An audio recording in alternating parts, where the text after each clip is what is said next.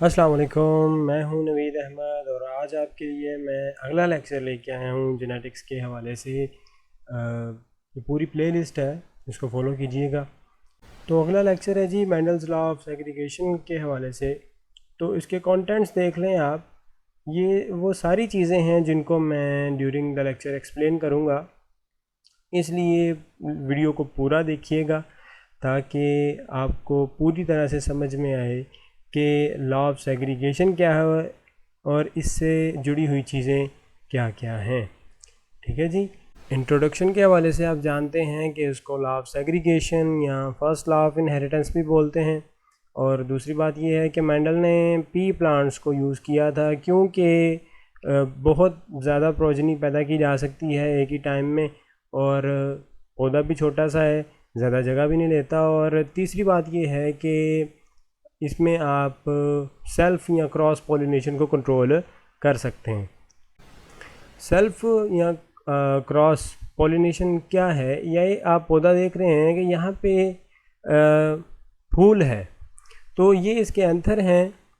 इसके एंथर से इसी पौधे के फूल के स्टिग्मा के ऊपर या इसी फूल के स्टिग्मा के ऊपर अगर पोलन ग्रेन्स मुंतकिल हो जाते हैं तो इसको हम बोलेंगे सेल्फ पॉलिनेशन।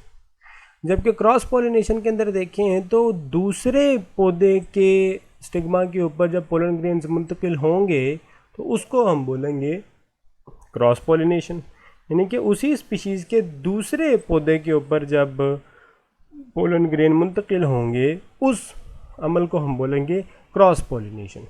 ठीक है जी। तो ये किस तरह से की जाती है ये आगे चल के बताते हैं आपको जब एक्सपेरिमेंट तैयार हो। अच्छा जी, ट्रू ब्रीडिंग क्या होती है? ट्रू ब्रीडिंग ये है कि अगर आप एक पौधे को सेल्फ क्रॉस करवाएं और वो इसके नतीजे में बिल्कुल पेरेंटल फिनोटाइप वाला एक जानदार पैदा कर दे तो उसको हम बोलेंगे ट्रू ब्रीड। ठीक है। तो मिसाल के तौर पे आप इसको यूँ ले लें कि एक प्लांट है जिसके पर्पल फ्लावर्स हैं और वो ट्रू ब्रीड होगा अगर उससे पैदा होने वाले सीड्स जो कि सेल्फ पॉलिनेशन के ज़रिए से पैदा हुए हैं, उन सीड से पर्पल फ्लावर्स ही वाले पौधे ही पैदा हों, तो उसको हम बोलेंगे ट्रू ब्रीड। ठीक है। तो इस ट्रू ब्रीड को हम पी जनरेशन भी बोलते हैं या पेरेंटल जनरेशन भी बोलते हैं।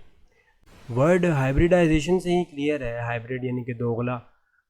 तो आप इसको यूँ बोलेंगे कि आप दो ऐसी ब्रीड्स को आपस में क्रॉस करवाएं या पेरेंटल जनरेशन्स को आपस में क्रॉस करवाएं जिनमें कम से कम एक ट्रेट डिफरेंट हो। ठीक है। तो उसको हम क्या बोलेंगे? हाइब्रिडाइजेशन बोलेंगे, क्योंकि यहाँ पे मिलाप हो रहा है दो अलग अलग खुसूसियात का। ठीक है। तो उसको हम हाइब्रिडाइजेशन बोलेंगे।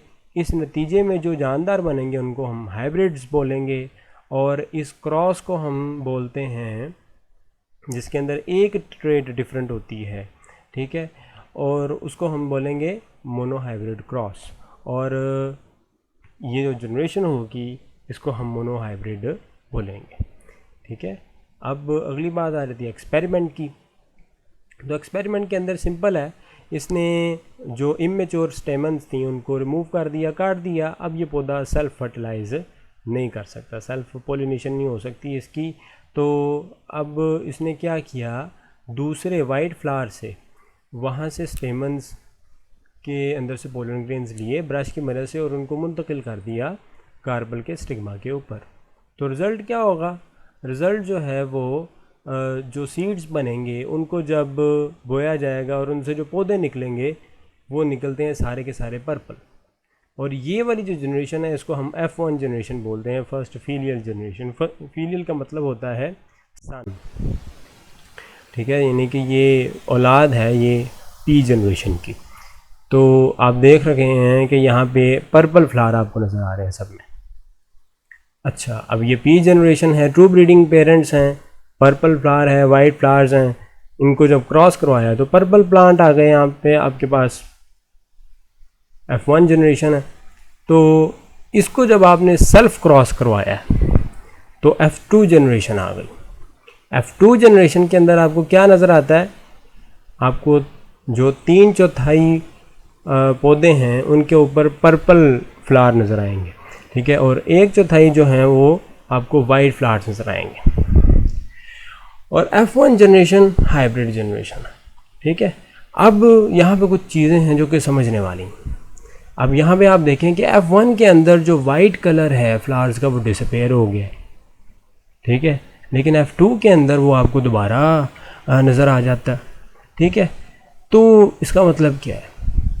इसका मतलब ये तो नहीं है कि वो डिसअपेयर हो गया है, नहीं, इसका मतलब ये है कि वो F1 के अंदर मास्क्ड हो गया था, उसके ऊपर गलबा आ गया था पर्पल कलर का, ठीक है, जामनी रंग के फूलों की जो फिनोटाइप है वो उसके ऊपर गालिब आ गई थी सफ़ेद रंग के फूलों की फिनोटाइप के ऊपर, ठीक है। तो अब मैंडल ने जो इनके लिए लफ्ज़ इस्तेमाल किया था वो था हेरिटेबल फैक्टर के तौर पे, यानी कि एक फैक्टर है जो कि जामनी रंग को कंट्रोल कर रहा है और एक फैक्टर है जो कि वाइट कलर को कंट्रोल कर रहा है। हम इन फैक्टर्स को कहते हैं अलील्स, ठीक है। तो मैंडल्स ने इनके लिए कौन सा लफ्ज़ इस्तेमाल किया? फैक्टर्स का। तो वो कहता है कि फैक्टर्स या अलील्स जो होते हैं वो जानदारों में जोड़ों की शक्ल में होते हैं, पेयर की शक्ल में होते हैं हर जानदार के अंदर, ठीक है। ये पॉइंट सबसे अहम पॉइंट है इस मरहले का, ठीक है जी। तो एक अलील जो है वो गालिब आ सकती है दूसरी अलील के असर के ऊपर। तो जो अलील गालिब आ जाएगी दूसरी अलील के असर के ऊपर उसको हम डोमिनेंट अलील बोलेंगे, और जो मगलूब हो जाएगी जिसका असर नहीं ज़ाहिर हो सकेगा उसको हम रिसेसिव अलील बोलेंगे। अब इसको हम यूँ समझते हैं थोड़ा सा कि यहाँ पे एक अलील है जामनी रंग को कंट्रोल करने वाली है, यहाँ पे जो है वो वाइट है। अब चूँकि F1 के अंदर जामनी रंग आया है तो हम ये कहते हैं कि जो जामनी रंग है, जामनी रंग वाली अलील है वो ज़्यादा गालिब है, ठीक है, और जो वाइट कलर वाली अलील है वो रिसेसिव है, वो मगलूब हो जाती है। तो हम जो मगलूब है उसको स्मॉल पी से ज़ाहिर करते हैं और जो गालिब है उसको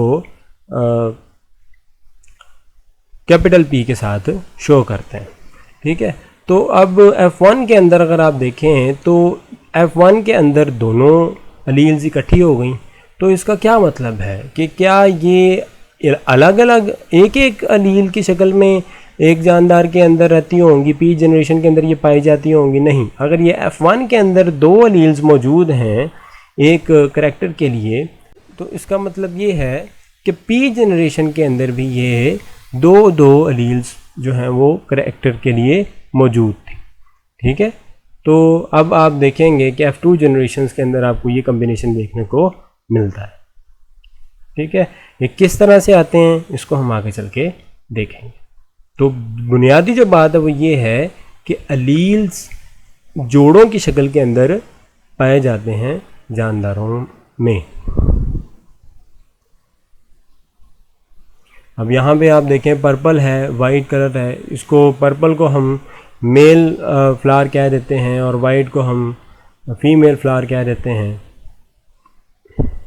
उनका क्रॉस करवाया तो यहाँ पे देखें आप कि डिप्लॉयड सर्कल के अंदर पी जनरेशन में दोनों दो अलील्स जो हैं वो मौजूद हैं एक करैक्टर के लिए। तो जब इनके अंदर गैमेटोजेनेसिस होगी या गैमेट फॉर्मेशन होगी तो पर्पल के अंदर देखें स्पर्म्स बनेंगे।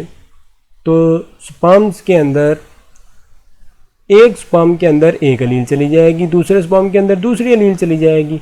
इसी तरह एग को देखें तो एक एग के अंदर एक अलील, दूसरे एग के अंदर दूसरी अलील चली गई, ठीक है। तो अब जो रिज़ल्ट निकलेगा वो आ जाएगा हाइब्रिड ज़ाइगोट, ठीक है। इसी तरह दूसरी तरफ भी हाइब्रिड ज़ाइगोट आ जाएगा, इसको हम बोलेंगे हेटेरोज़ाइगस F1 जनरेशन या फिर मोनोहाइब्रिड F1 जनरेशन, यानी कि एक ट्रेट इनके अंदर जो है वो मुख्तलिफ है ना, तो बाकी सारी ट्रेड्स तो एक जैसी हैं, तो इसको हम मोनोहाइब्रिड F1 जनरेशन बोलेंगे। अब ये बार बार तो क्रॉस गैमेट्स वगैरह बना के आसान तो नहीं होता, तो इसकी एक इजी प्रेजेंटेशन होती है पुनर्ट स्क्वायर की, ठीक है। तो पुनर्ट स्क्वायर क्या चीज़ है ये डायग्रामेटिकली बताने के लिए एक मेथड है। जिन इंडिविजुअल्स की हमें जेनेटिक मेकअप पता होता है उनको हम इस तरीके से शो आप कर लेते हैं। ठीक है, तो ये देखें भाई, ये पर्पल फ्लावर है, इसके ये गैमेट्स बने। ठीक है, दो तरह के, ये हेटेरोजाइगस जीनोटाइप वाला पर्पल फ्लावर है, तो इसके ये दो तरह के गैमेट्स बने। आप इसको जब इसी के साथ क्रॉस करवाओगे तो अब यहाँ पे देखें कि ये एक साइड पे हमने एग्स ले लिए और एक साइड पे हमने स्पर्म्स ले लिए। ठीक है, चूँकि एक तरफ मेल है एक तरफ फीमेल है, तो इधर से एग प्रोड्यूस होंगे। ये एग भी दो तरह के प्रोड्यूस होंगे F1 के अंदर। ठीक है, ये F1 के एग्स हैं, ये F1 के स्पर्म्स हैं। ठीक है, तो F1 के एग्स दो तरह के हैं। ठीक है, एक डोमिनेंट एलील है उसमें और एक रिसेसिव एलील है। इधर भी एक डोमिनेंट एलील है और एक रिसेसिव एलील है। दोनों जब आपस में मिले तो जाइगोट जो आया वो यहाँ पे वो आया है होमोजाइगस डोमिनेंट। ठीक है, इनके पर्पल होगा। इसी तरह यहाँ पे भी जो जाइगोट आएंगे वो हेटेरोजाइगस डोमिनेंट होंगे और वाइट फ्लावर आ जाएगा। यहाँ पे एक 3:1 की रेशो आ जाएगी हमारे पास। ठीक है, तो पुनेट स्क्वायर एक इजी मेथड है टू रिप्रेजेंट द क्रॉस। जी, यहाँ पे आप देखें तो बात बड़ी क्लियर सी है कि F1 के वैसे जितने इंडिविजुअल्स थे सबके अंदर ये दोनों एलील्स मौजूद है। सबके 2n सेल्स के अंदर, यानी कि डिप्लॉयड सेल्स के अंदर ये दोनों एलील्स मौजूद है। लेकिन जब गैमेट बनाने की बारी आती है तो एक गैमेट एक एलील रिसीव कर रहा है। इधर से एक स्पर्म एक एलील रिसीव कर रहा है, इधर से एक स्पर्म जो है वो एक एलील ले रहा है। ठीक है, तो यहाँ पे क्या हो गया कि हर गैमेट के अंदर एक एलील के जोड़े में से एक एलील जा रही है। यही है लॉ ऑफ सेग्रीगेशन। ठीक है, तो इसको हम यूँ स्टेट करेंगे, the two alleles for a heritable character, यानी कि किसी भी हेरिटेबल करैक्टर के लिए दो एलील्स होती हैं एक जानदार के अंदर जो कि अलग हो जाती हैं एक दूसरे से, सेग्रीगेट हो जाती हैं, सेपरेट हो जाती हैं एक दूसरे से गैमेट फॉर्मेशन के दौरान। ठीक है, और डिफरेंट गैमेट्स के अंदर एंड अप हो जाती हैं और फर्टिलाइजेशन के अंदर दोबारा इकट्ठी हो जाती हैं। ठीक है, लेकिन जो लॉ की डेफिनेशन है वो सिर्फ और सिर्फ है कि two alleles for heritable character segregate during gamete formation. ठीक है, यानी कि पहले प्लांट जो था वो सारे डिप्लॉयड फॉर्म के अंदर थे, लेकिन क्या हुआ जब गैमेट्स बने तो हर गैमेट ने उन एलील्स की दो कॉपीज़ में से एक कॉपी रिसीव कर ली। ठीक है, तो उसको हम क्या बोलेंगे, लॉ ऑफ सेग्रीगेशन बोलेंगे। 7 करैक्टर्स थी सामने, आपके कौन कौन से करैक्टर्स थे उनको मेंडल ने यूज़ किया था, और हर करैक्टर के दो दो ट्रेट्स थे जो शार्पली एक दूसरे से फ़र्क रखते थे। ठीक है, तो उनको जब F1 और फिर F2 की जब रेशो निकाली गई तो वो तकरीबन 3:1 की आई रेशो, कमोबेश 3:1 की रेशो आई। ठीक है, सातों करैक्टर्स के लिए। ठीक है, अब जीनोटिपिक और फिनोटिपिक रेशो क्या चीज़ है, ये है आप यहाँ पे देख सकते हैं कि आपके पास F1 F2 जनरेशन का यहाँ पे दिखाया गया है रिज़ल्ट। तो यहाँ पे देखें कि पर्पल फ्लावर्स हैं और ये इनकी जीनोटाइप बताई हुई है, ये इनकी फिनोटाइप आ गई और ये इनकी जीनोटाइप आ गई। ठीक है, अच्छा, अब यहाँ पे आप इसको देखें तो ये 3 इंडिविजुअल्स एक फिनोटाइप शो कर रहे हैं और एक इंडिविजुअल दूसरी फिनोटाइप शो कर रहे हैं। ठीक है, तो ये 3:1 की रेशो यहाँ पे आ गई। और यहाँ पे अगर आप देखें तो होमोजाइगस ये डोमिनेंट वाला है और होमोजाइगस एक रिसेसिव वाला जीनोटाइप शो कर रहा है, और जबकि जो हेटेरोजाइगस हैं वो 2 इंडिविजुअल्स शो कर रहे हैं। ठीक है, तो ये यहाँ पे 1:1 की रेशो आ गई। ठीक है, तो ये जीनोटिपिक रेशो और फिनोटिपिक रेशो इस तरह से लॉ ऑफ सेग्रीगेशन के अंदर आ रही हैं। अब टेस्ट क्रॉस क्या होता है जी, टेस्ट क्रॉस एक ऐसा क्रॉस है जिसके ज़रिए से हम जीनोटाइप मालूम करते हैं किसी ऐसे जानदार की जिसकी हमें जीनोटाइप नहीं पता किसी एक ट्रेट के लिए। ठीक है, तो इसका तरीक़ाकार क्या है, तरीका सिंपल है जी कि आप उस इंडिविजुअल की क्रॉस करवा दोगे ऐसे इंडिविजुअल के साथ जिसकी जीनोटाइप होमोजाइगस रिसेसिव है। फ्लावर्स के केस के अंदर आप पर्पल कलर को ले लें यहाँ पे पी फ्लावर्स के अंदर, तो यहाँ पे आप देख सकते हैं कि एक ऐसा इंडिविजुअल है जिसके फ्लावर तो पर्पल है, फिनोटाइप तो पर्पल है, लेकिन हमें उसकी जीनोटाइप नहीं पता। ठीक है, जीनोटिपिकली या तो वो हेटेरोजाइगस हो सकता है या फिर वो होमोजाइगस हो सकता है। ठीक है, तो हम क्या करेंगे, अब हम जब क्रॉस करवा लेंगे तो उसके बाद हमारे ज़हन में एक बात होनी चाहिए कि अगर टेस्ट क्रॉस की F1 के अंदर एक इंडिविजुअल भी रिसेसिव फिनोटाइप शो कर गया तो इसका मतलब है कि जो इंडिविजुअल जिसको हम टेस्ट कर रहे हैं ना वो हेटेरोजाइगस जीनोटाइप रखता है। ठीक है, वजह क्या है, वजह आपको दिखाते हैं। ये देखें, ये क्या है कि ये एक इंडिविजुअल है जिसकी हमें जीनोटाइप नहीं पता, और ये वो है जिसको हमने टेस्ट के लिए इस्तेमाल करना। ठीक है, तो हम क्या करेंगे, हम इसकी जीनोटाइप तो हमें पता है क्योंकि ये शो ही तब होती है जब ये होमोजाइगस कंडीशन के अंदर हो, तो इसका हमने क्रॉस करवा दिया अननोन जीनोटाइप वाले डोमिनेंट फिनोटाइप के इंडिविजुअल के साथ।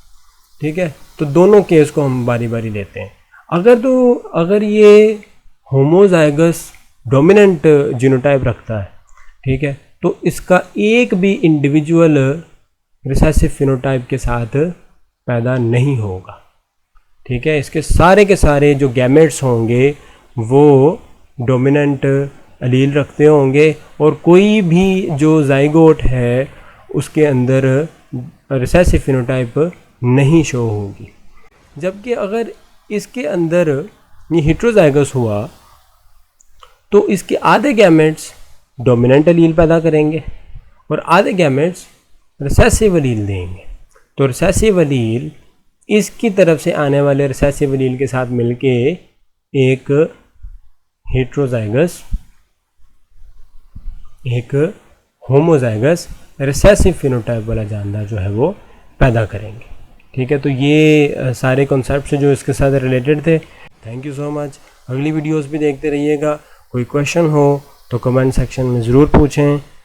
अल्लाह हाफ़िज़।